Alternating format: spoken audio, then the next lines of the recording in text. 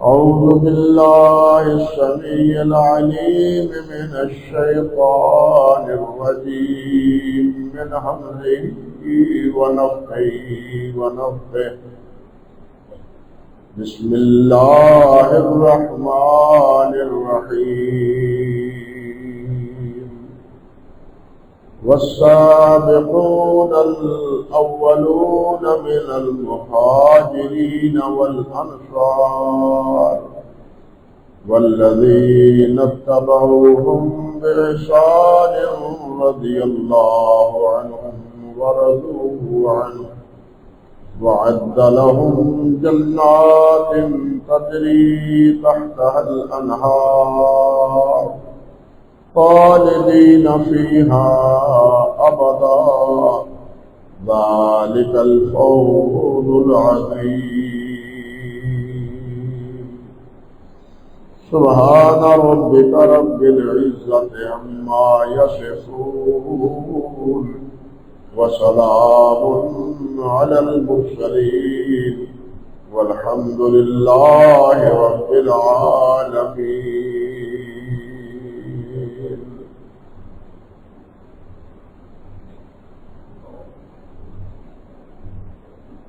محترم و معزز سامعین کرام، عزت مآب میری بہنوں اور بیٹیوں، گزشتہ خطبے میں حضرت سیدنا علی رضی اللہ تعالی عنہ کے بارے میں، ان کے مناقب، ان کی خدمات اور ان کا تذکرہ آپ سے کر رہا تھا۔ حضرت علی رضی اللہ تعالی عنہ کو یہ شرف حاصل ہے کہ وہ بھی نبی علیہ السلام کے پہلے تو پرورده ہیں اور پھر نبی علیہ السلام کا شرف دامادی بھی انہیں حاصل ہے، اور خلفائے راشدین میں سے تمام اہل سنت کے نزدیک وہ چوتھے خلیفہ ہیں رضی اللہ تعالی عنہ۔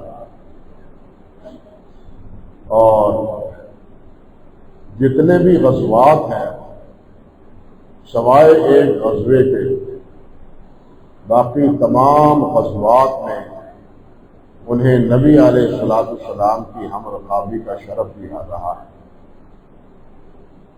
وہ بدر میں بھی شریک ہوئے، احد میں بھی، احزاب میں بھی، فتح مکہ میں بھی، اصحاب شجرہ میں بھی وہ ہیں، اور اصحاب بدر میں ہونے کا بھی انہیں شرف حاصل ہے۔ بہت بڑے شرف ہیں جو ان خوش نصیبوں کو حاصل ہیں جو بدر میں شریک ہوئے، جو صلح حدیبیہ میں شریک۔ بدر والوں کے بارے میں تو نبی علیہ السلام نے فرمایا، صحیح بخاری کی روایت ہے، ان اللہ اطلع علی اہل بدر، کہ اللہ رب العزت نے اہل بدر کو دیکھا ہے اور فرمایا ہے کہ اعملوا ما شئتم فقد غفرت لکم، تم آج کے بعد جو چاہو عمل کرو، میں نے تمہیں معاف کر دیا۔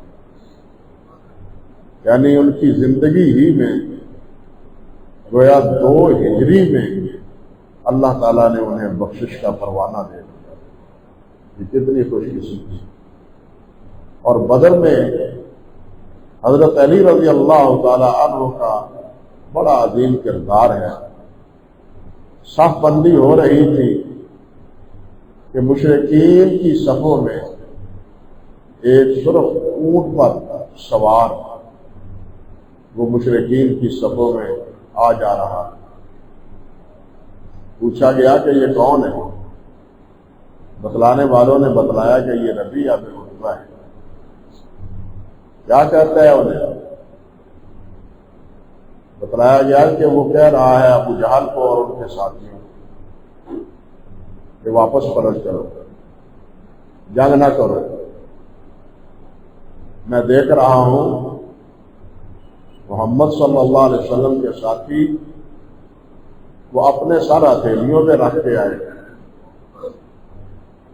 اور وہ آپ سے فیصلہ کر مرحلہ طے کرنے کے لیے یہاں پہنچے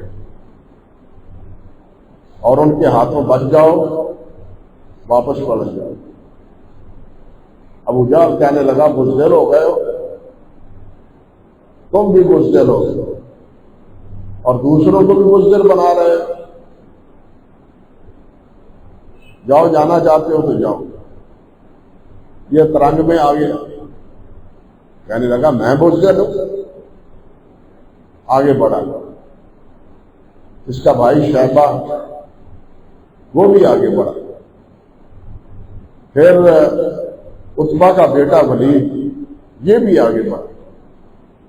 پہلے جنگوں کی ابتدا اسی طرح مبارزت پر فردن فردن ہوتی ہے، اس کے بعد گلشان کا رن پڑتا ہے، پہلے فردن فردن۔ یہ تین گویا کے سردار اہل مکہ کے، دو بھائی تھے ایک بیٹا تھا، یہ تینوں نکلے۔ ان کے مقابلے میں تین انصاری آئے، انہوں نے پوچھا تم کون ہو؟ انصار نے اپنا تعارف کروایا کہ ہم فلاں فلاں فلاں ہیں، ہم نہیں جانتے تمہیں، تم کون ہو؟ ہم واپس جا کے کیا بتلائیں گے کہ کن کو مار کے آئے؟ ہمارے جانے پہچانے آئے، عبد المطلب کے خاندان میں سے آئے، محمد کے رشتہ داروں میں سے آئے، وہ ہمارے مقابلے میں آئے۔ نبی علیہ السلام نے فرمایا قم یا علی، قم یا حمزہ، علی اٹھو، حمزہ تم بھی اٹھو۔ اور چوتھے تھے فرمایا آپ کے عبد المطلب کے پوتے عبید اللہ، عبید، اللہ اکبر، عبید بن حارث بن عبد المطلب، ان کو نبی علیہ السلام نے فرمایا تم بھی۔ یہ تینوں مقابلے میں آئے۔ انہوں نے پھر پوچھا کون کون ہو تم؟ حضرت علی نے اپنا تعارف کروایا، حضرت حمزہ نے اپنا تعارف کروایا، اور عبید نے اپنا تعارف کروایا۔ اب تو پتہ چلا نا ہمیں کہ تم کون ہو، اور ہمیں بھی پتا ہے کہ کس سے لڑ رہے ہیں ہم۔ اب تینوں کی لڑائی ہو رہی ہے، لیکن اللہ سبحانہ و تعالی نے یہ توفیق عطا فرمائی کہ حضرت علی کے ہاتھوں اللہ اکبر کبیرہ یہ عتبہ مارا گیا، اور شیبہ علی کے ہاتھوں شیبہ مارا گیا، اور بعض کہتے ہیں ربیعہ، اور ایک کو حضرت حمزہ نے مارا، اور عبیدہ جو تھے رضی اللہ تعالی عنہ ان کی ولید کے ساتھ مٹ بھیڑ تھی، مگر وہ زخمی ہو گئے، وہ فتح یاب نہ ہو پائے، خود زخمی ہو گئے۔ ان دو کو مارنے کے بعد حضرت علی اور حضرت حمزہ رضی اللہ تعالیٰ عنہ ان کی معاونت میں آگے بڑھے اور ولید کو بھی تحتے کر۔ یہ پہلا مرحلہ جو حضرت علی اور حضرت حمزہ رضی اللہ تعالیٰ عنہما کے ہاتھوں پائے تکمیل تک پہنچا، گویا یہ پہلا وار تھا، پہلا حملہ تھا، پہلی مسابقت تھی جو حضرت علی اور حضرت حمزہ اس میں شریک۔ اللہ اکبر کبیر۔ بعض حضرات نے یہاں ایک بہت انہونی بات کہی، اور جو بڑی معروف ہے، غلط باتیں اکثر معروف ہوتی ہیں، جھوٹ جتنا بھی جھوٹ ہوتا ہے نا وہ زیادہ معروف ہوتا ہے، بلکہ لوگ کہتے ہیں جھوٹ اتنا بولو کہ لوگ سچ سمجھیں، جھوٹ اتنا بولو کہ لوگ سچ سمجھیں۔ اب اسی بنیاد پر یہ جھوٹ کھڑا گیا، کیا کہ جی آسمان سے آواز آئی، آسمان سے آواز آئی کہ لا فتح الا علی ولا سیف الا ذوالفقار، علی جیسا جوان کوئی نہیں اور ذوالفقار جیسی تلوار کوئی۔ عامت الناس میں مشہور یہ ہے کہ یہ ذوالفقار تلوار حضرت علی کی تھی، آپ نے بھی سنا ہوگا، حالانکہ یہ بات بالکل غلط ہے۔ ذوالفقار نامی تلوار نبی علیہ السلام کی، اور یہ ملی بھی نبی علیہ السلام کو غزوہ بدر کے مال غنیمت میں سے۔ پہلے تو اس کے جھوٹے ہونے کی سب سے بڑی دلیل یہ ہے کہ یہ کسی صحابی سے مروی نہیں، بلکہ محمد باقر فرماتے ہیں یہ بات۔ اب محمد باقر یہ پیدا ہوئے ہیں، آپ اندازہ کریں، یہ پیدا ہی ہوتے ہیں سن 56 میں۔ بدر کہاں، 56 سن کہاں، گویا پیدائش سے بھی 50 سال پہلے۔ انہوں نے وہ آواز کہاں سے سن لی؟ انہوں نے یہ آواز کہاں سے سنی؟ حقیقت یہ ہے کہ حضرت محمد باقر کے نام پر بھی یہ جھوٹ کھڑا گیا ہے۔ سیف بن طریف راوی ہے اس کا، جو رافضی بھی ہے اور وضاع بھی۔ وضاع کا لفظ عربی میں، عربی کی شدھ بودھ رکھنے والے ساتھی تو سمجھتے ہیں، لیکن اس کے معنی ہے حدیث گھڑنے والا، باتیں بنانے والا۔ یہ وضاع بھی ہے، کذاب بھی ہے اور رافضی بھی ہے، یعنی کریلا بھی ہے اور نیم چرا بھی ہے۔ پھر یہ بات محمد بن باقر کی طرف منسوخ کر کے نہ کہے تو اور کیا کہے، لیکن یہ بات مشہور ہو گئی، ایسی مشہور ہے کہ یہ حقیقت بھی لوگوں کے ذہنوں میں نکل گئی کہ ذوالفقار کی تلوار، کی نامی تلوار وہ حضرت علی کی نہیں بلکہ خود نبی علیہ السلام کی۔ نبی علیہ السلام کے ترکہ پر مستقل محدثین نے ایک محدث نے کتاب لکھی، ترکہ النبی صلی اللہ علیہ وسلم۔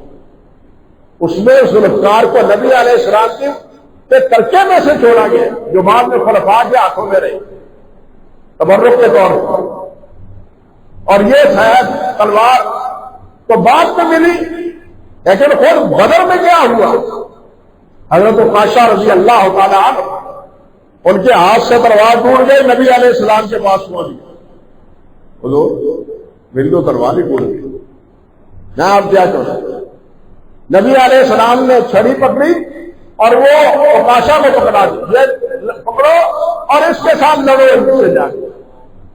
عائشہ کہتے ہیں رضی اللہ تعالیٰ عنہ کہ میں نے اس کو جھٹکا دیا تو وہ لکڑی کی نہ رہی تلوار بن گئی،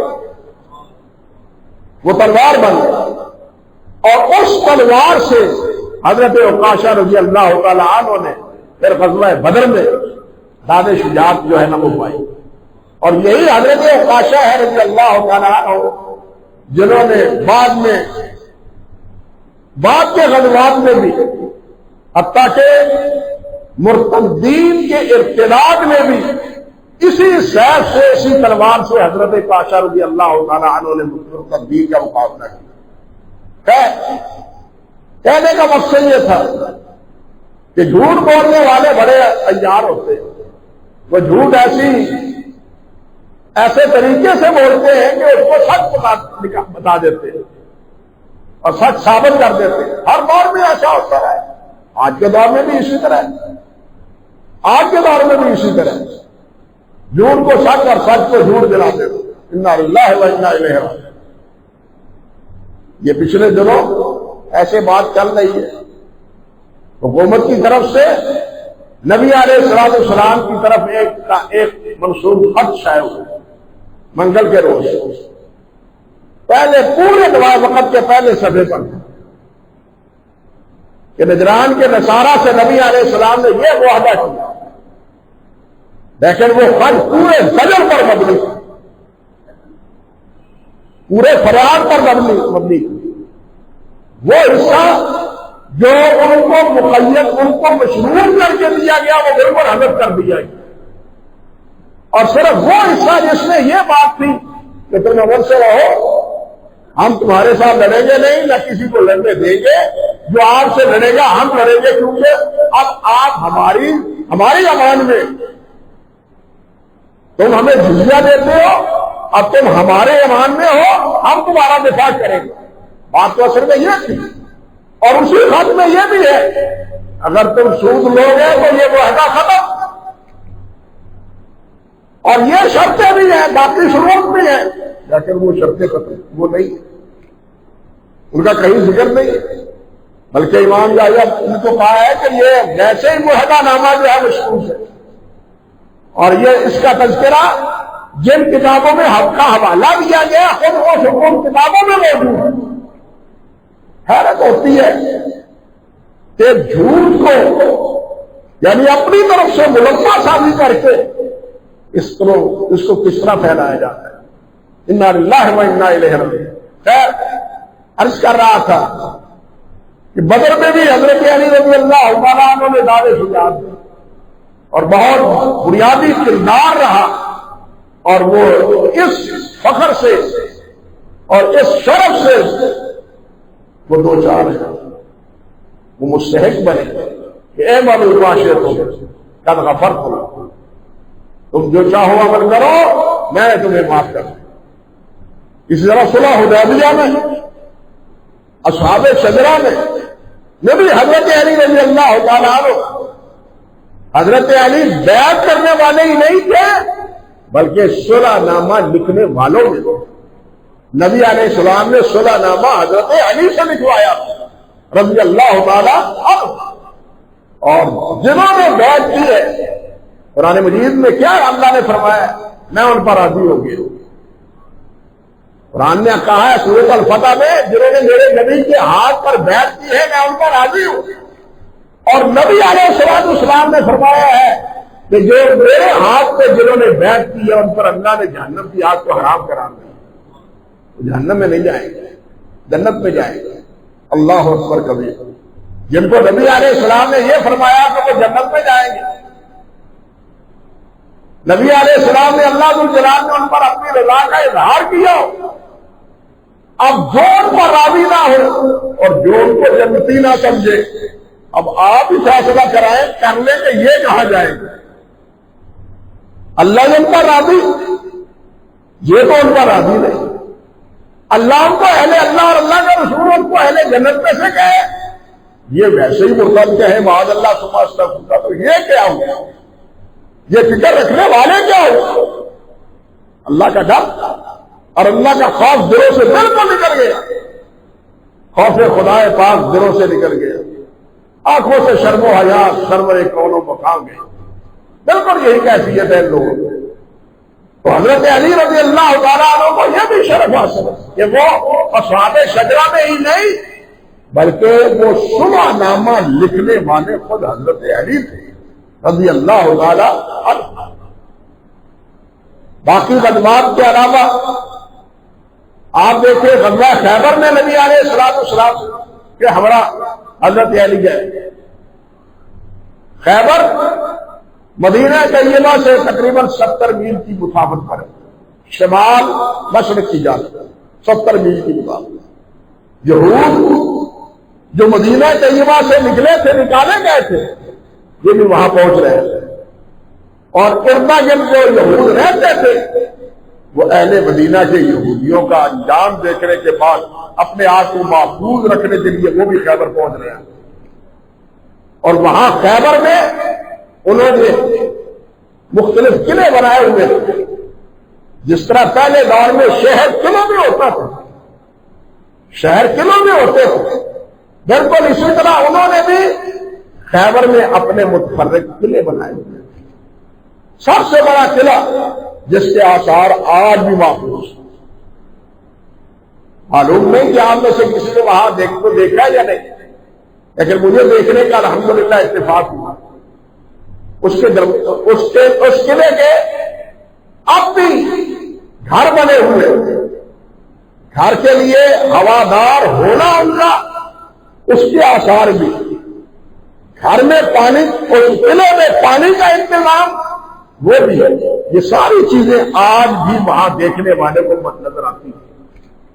اور وہ بڑا قلعہ قموس نامی وہ تھا، باقی چھوٹے چھوٹے قلعے تھے، ایک دن میں بدر فتح خیبر فتح نہیں ہوا، کئی دنوں میں فتح ہوا، کبھی ایک قلعہ، کبھی دوسرا قلعہ، کبھی تیسرا قلعہ، آخری قلعہ جو سب سے بڑا تھا قموس نامی، اس کے لیے نبی علیہ السلام فکر مند، نبی علیہ السلام نے فرمایا شام کو کہ کل میں اس کو جھنڈا دوں گا، اس کو اس کی قیادت عطا فرماؤں گا جس سے اللہ اور اللہ کے رسول محبت کرتے ہیں اور وہ اللہ اور اللہ کے رسول سے محبت کرتے ہیں۔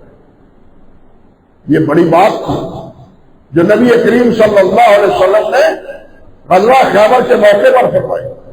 لَأُعْطِيَنَّ الرَّايَةَ غَدًا يُحِبُّ اللَّهَ وَرَسُولَهُ وَيُحِبُّ اللَّهَ وَرَسُولَهُ وَيَفْتَحُ اللَّهُ عَلَىٰ يَدَيْهِ، یہ بھی فرما دیا، بشارت دے دی کہ اللہ اس کے ہاتھ سے یہ قلعہ بھی فتح کروا دے گا۔ اللہ ظاہر بات ہے جس کو اللہ کی محبوبیت حاصل ہو اور وہ اللہ سے محبت کرتا ہو اس کے ہاتھوں اللہ ذوالجلال فتح اسے نصیب کاری دیتے ہیں، فتح عطا فرمائی دیتے ہیں۔ بڑے دکھ کی بات ہے آج ہمارے دلوں سے نہ اللہ کی محبت ہے نہ اسلام کی قدر ہے، اسلام کی بھی قدر نہیں ہے۔ ہمارے نزدیک قدر و منزلت ہے یہود و نصارہ کفار کی، اسلام کی کوئی قدر نہیں۔ صحابہ کرام رضوان اللہ علیہ اجمعین کے دلوں میں اسلام کی قدر، بلکہ احادیث کی کتابوں میں بھی اور تاریخ میں بھی یہ واقعہ معروف ہے کہ جس وقت شام دمشق فتح کرنے کے لیے یعنی وہ اپنے قلعے کی اور بیت المقدس کی چابیاں لینے کے لیے اور ان کے کہنے پر، عیسائیوں کے کہنے پر، ان کے راہبوں کے کہنے پر کہ اپنے امیر المومنین کو بلاؤ، ہم دیکھ کے یہ چابیاں بغیر لڑے کے ہاتھوں سپرد کر رہے ہیں۔ اس وقت امیر وہاں کام تھے حضرت ابو عبیدہ بن جراح جو اشرا مبشرہ میں سے، حضرت ابو عبیدہ بن جراح جو اشرا مبشرہ میں سے، اور حضرت عمر فاروق کو انہوں نے پیغام بھیجا۔ حضرت عمر فاروق یہاں مدینے سے اپنے غلام کو ساتھ لے کے چلتے، باری باری شام پہنچتے، مدینہ طیبہ سے شام تقریباً 1200 کلومیٹر کی مسافت پر ہے، کتنے دنوں میں پہنچے ہوں گے۔ جب شام پہنچتے ہیں اس کے حدود میں جاتے ہیں، اتفاق یہ دیکھیے کہ اب باری حضرت عمر فاروق رضی اللہ تعالیٰ عنہ کی، غلام اونٹ پر بیٹھے، ابو عبیدہ بن جراح اونٹ کی نکیل پکڑے ہوئے جا رہے ہیں اور کندھے کے اوپر انہوں نے اپنے پاؤں میں پہنا ہوا جو موزہ تھا وہ بھی اتار کے اپنے کندھے میں رکھا۔ حال یہ موزہ کندھے پہ، اونٹ کی نکیل ہاتھ میں، استقبال کے لیے ابو عبیدہ بن جراح آتے ہیں اور بڑے افسردگی سے عرض کرتے ہیں امیر المومنین یہ کیا کہیں گے، یہ کیا کہیں گے؟ میں آپ کے لیے لباس بنوا کے لایا ہوں، یہ لباس پہن لیں، اونٹ پر سوار ہو جائے۔ معلوم ہے ابو عبیدہ رضی اللہ تعالیٰ عنہ کو حضرت عمر فاروق کا جواب کیا تھا؟ فرمانے لگے ابو عبیدہ اگر تو نہ ہوتا کوئی اور ہوتا تو اسے اس بات کا مدح چکھا دیتا، اس کو اس بات کا خمیازہ بھگتنا پڑتا نہ اس کو مارتا، لیکن تو کون ہے؟ اشرا مبشرہ میں سے ابو عبیدہ بن جراح، اس لیے تمہیں نظر انداز کرتا اور تم یہ سمجھتے ہو کہ ہمیں عزت اس لباس کی وجہ سے ملی ہے۔ نہیں، ہمیں عزت ملی ہے اسلام کی وجہ سے، اسلام نے ہمیں عزت دی ہے اور اسلام کی وجہ سے پیروکاری میں اور تابعداری میں ہم یہاں پہنچے۔ یہ تھی قدر ان کے نزدیک اسلام کی، ہمارے نزدیک اسلام کی کوئی قدر نہیں۔ ہم تو 4 پیسوں کے لیے عیسائی بن کے غیر مسلم بن کے پیسے لے کے ووٹ دے دیتے، واقعات ہوئے آپ کے ووٹ یا نہیں ہوئے، اسلام کی کوئی قدر ہی نہیں ہے، مسلمان ہونے کی کوئی عزت ہی نہیں ہے۔ آج عزت ہے تو غیر مسلم کی، اسی لیے آج ہم مار کھا رہے ہیں اسلام سے. اسلام عزت ہمیں دے اگر ہم اسلام کے بنے.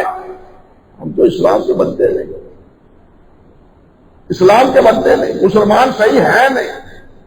ہم تو خوش کرنے کے لیے پوری سمجھدار کرتے ہیں کس کو؟ یہود و نصارہ, جن کو اللہ جلال نے فرمایا یہ تمہارے دشمن ہیں, ان سے دوستی نہ رکھو. لیکن ہم اپنی تمام تر توقعات اور تمام امیدیں ان سے وابستہ کی ہوئے.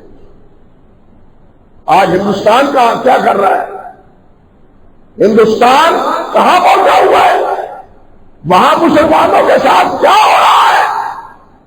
کبھی حکومت نے یہ کبھی ہمارے میڈیا نے اس کا کاشت دیا ہے؟ کچھ بھی نہیں. شاید یہ ہندوستان ہو امریکہ سے بھی دور کوئی ملک ہے یہاں سے خبر ہی نہیں آتے. اتنے بیگان ہیں مسلمانوں سے. مسلمان کا وہاں کون حیوانوں کی طرح ان سے بھی بدتر طریقے سے بہایا جا رہا ہے. برما میں کیا ہوا اور اب کیا ہو رہا ہے؟ لیکن کبھی کسی مسلمان حکمران کے کام پر ڈوب نہیں کی کہ ہم کوئی احتیاط کریں. ہمیں کوئی تکلیف نہیں, ہمیں کوئی احساس نہیں. اور یہ اس لیے نہیں ہے کہ ہمیں اسلام کا احساس نہیں, ہمیں اللہ سے محبت نہیں, نہ اللہ سے نہ اللہ کے دین سے. اور اللہ کے لیے اللہ کے بندے بنو جاؤ اور اللہ کے دین کی تابع داری کر لو تو اللہ کی قسم آج ہی کھوئی ہوئی عزت ہمیں مل سکتی ہے, آج ہی عزت مل سکتی ہے. لیکن نہ ہم اللہ کے مخلص بنتے ہیں, اللہ سے اپنا تعلق وابستہ کرتے ہیں, نہ اسلام کے لیے مخلص ہے نہ اللہ کے لیے مخلص ہے, تو پھر ہمارے ساتھ یہی کچھ ہونا ہے جو آج ہو رہا ہے. کیوں ہمارا عقیدہ نہیں ہے کہ جو کچھ ہوتا ہے من جانب اللہ ہوتا ہے؟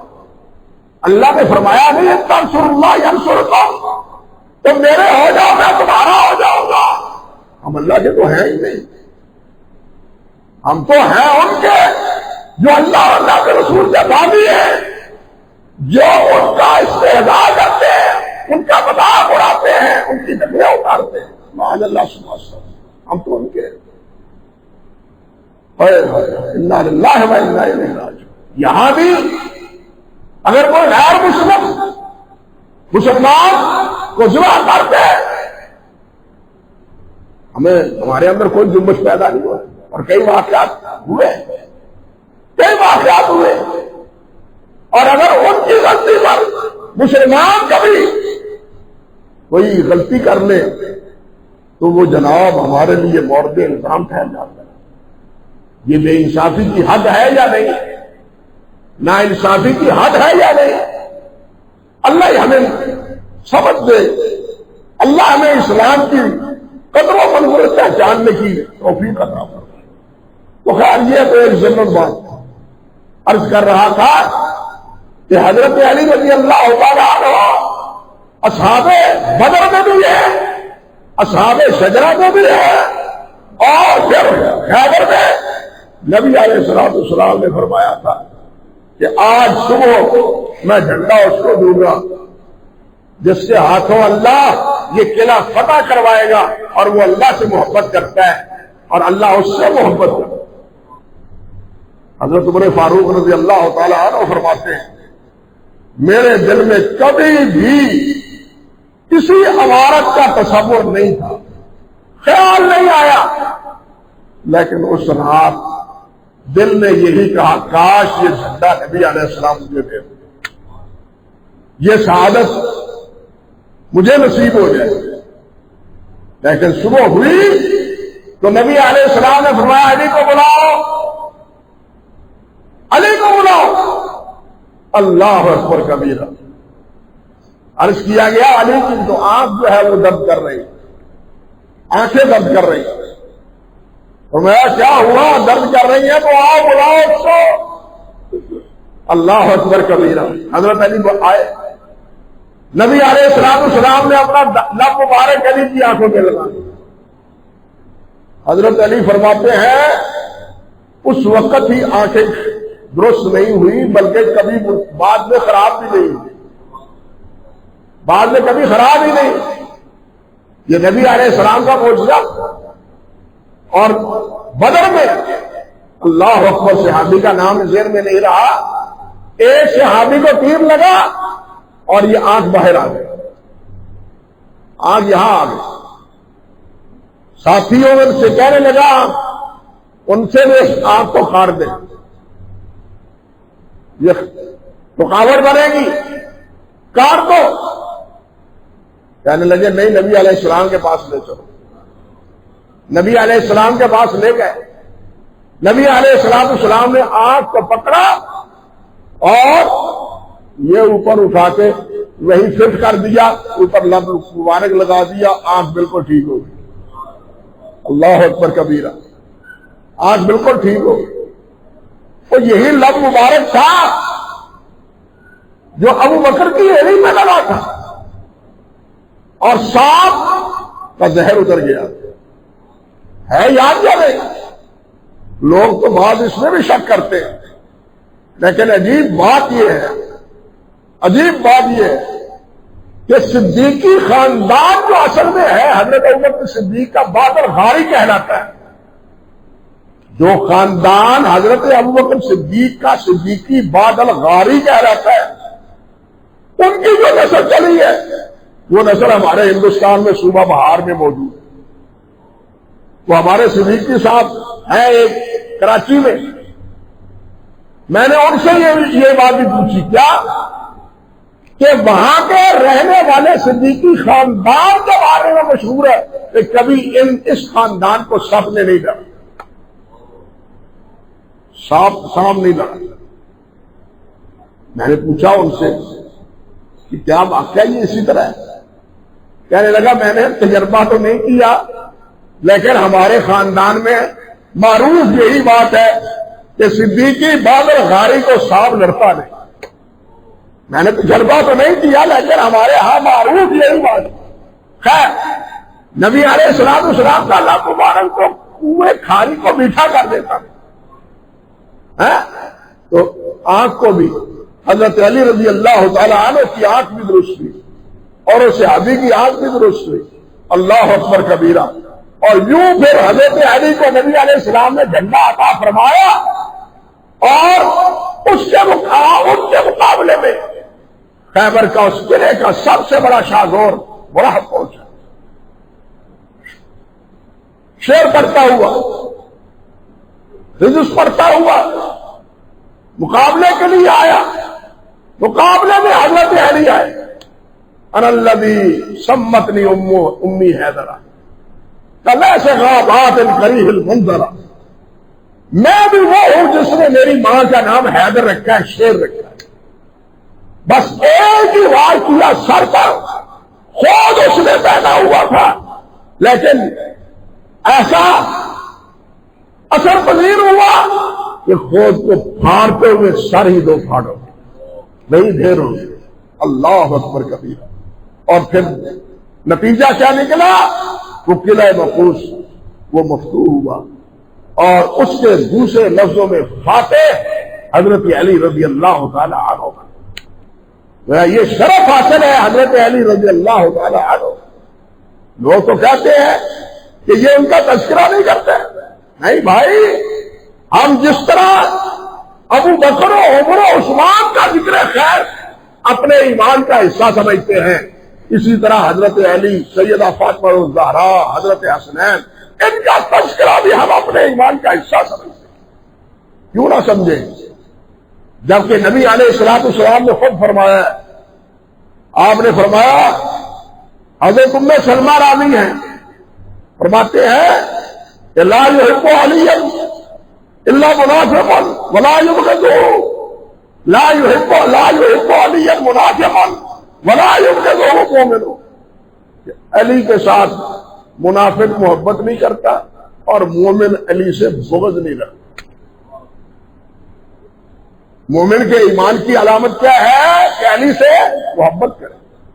اللہ کے فضل و کرم سے ہمارے دلوں میں جس طرح باقی خلفائے راشدین کی محبت ہے, ہمارے دلوں میں حضرت علی کی بھی محبت. نبی علیہ السلام سے خود حضرت علی فرماتے ہیں, صحیح مسلم کی روایت ہے, صحیح مسلم کی حضرت علی فرماتے ہیں والذی خلق الحب وبرأ النسل، اس اللہ کی قسم جس نے دانے کو پھاڑا ہے اور انسان کو پیدا کیا ہے،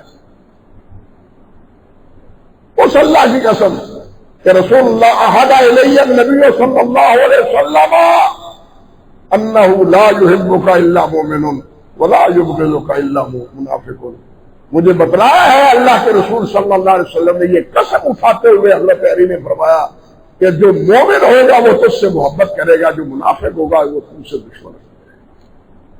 میں گزشتہ خطبے میں عرض کر چکا ہوں نا، انصار کے بارے میں بھی نبی علیہ السلام نے یہی بات فرمائی اور اس کا پس منظر بھی بتلا چکا ہوں، وہی پس منظر حضرت علی رضی اللہ تعالیٰ عنہ کے ساتھ کہ انہوں نے جو ٹھکرائی کفار کی کی ہے، جو ٹھکرائی کفار کی اور منافقین کی ہے، اب منافق ان سے نفاق نہ رکھے تو محبت کرے، وہ تو نفاق ہی رکھے جانا، لیکن مومن کے دلوں کا سرور اور سر کے تاج ہے حضرت علی، جس طرح کہ حضرت عثمان اور حضرت عمر اور حضرت ابو بکر ہیں رضی اللہ تعالی عنہم اجمعین۔ بہت سی احادیث ہیں حضرت علی رضی اللہ تعالیٰ عنہ کے بارے میں گزشتہ خطبے میں عرض کر چکا ہوں کہ نبی علیہ السلام نے فرمایا کہ پہلوں میں سے سب سے بڑا شفیع وہ کون ہے؟ حضرت صالح کی اونٹنی کو مارنے والا، اور میری اس امت میں سب سے بڑا شفیع کون ہے؟ وہ جو علی کو شہید کرنے والا ہو، سب سے بڑا شفیع۔ آج کس کو شفیع کہا جاتا ہے؟ آج کس کو شفیع سمجھا جاتا ہے؟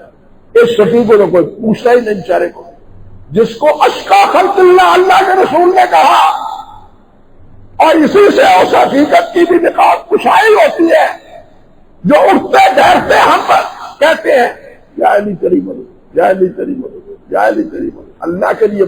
اللہ کے لیے غور کرو، اللہ کے لیے سوچو اور اللہ کے لیے فیصلہ فرماؤ۔ حضرت علی اپنے آپ کو دشمن سے بچا سکے؟ اپنے بیٹے کو دشمنوں سے بچا سکے؟ نہیں بچا سکے۔ وہاں حضرت علی کی مدد نہ پہنچتی، حضرت علی اپنے مدد نہ کر سکے، شہید ہوئے، بیٹے حسین کی مدد نہ کر پائے، وہ شہید ہوئے، لیکن ہمارے لیے حضرت علی مددگار ہے۔ یا علی مدد، اٹھتے بیٹھتے یا علی مدد۔ میں نے وہی بات کہی کہ ایسی باتیں عام کر دو کہ لوگ کہیں کہ یہی سچی ہے، یہی حقیقت یا اللہ مدد ہے، یا علی مدد نہیں، یا اللہ مدد ہے۔ اور فتح مکہ ہوا تو نبی علیہ الصلوۃ والسلام نے فرمایا علی میں تیری ایک ڈیوٹی لگاتا ہوں، جتنی اونچی قبریں ہیں سب کو گرا دو۔ آج سب بلند کی جاتی ہے، علی کا نام لینے والے سب قبروں کے پجاری بنے ہوئے۔ حضرت علی نے قبروں کو گرایا تھا نبی علیہ السلام کے حکم سے، اور پھر حضرت علی خود انہوں نے ابو العبید اشد جو ان کا کمانڈر چیف تھا، ان کو کہا تھا کہ میں تیری وہی ڈیوٹی لگاتا ہوں جو ڈیوٹی میری نبی محمد رسول اللہ نے لگائی، جاؤ یہ کوفہ اور اردا گرد میں جتنی اونچی قبریں ہیں سب کو گرا دو۔ آج کوئی اس کی جرات کر سکتا ہے؟ حضرت علی یہ کہتے تھے، یہ کرتے تھے، لیکن یا علی مدد کا نعرہ ایسا عام کر دیا دشمن نے کہ حقیقت ہی جانا کے رہ گئے۔ اللہ مدد تو ختم ہی ہو کے رہ گئے، اللہ مدد تو ختم ہو کے رہ گئے۔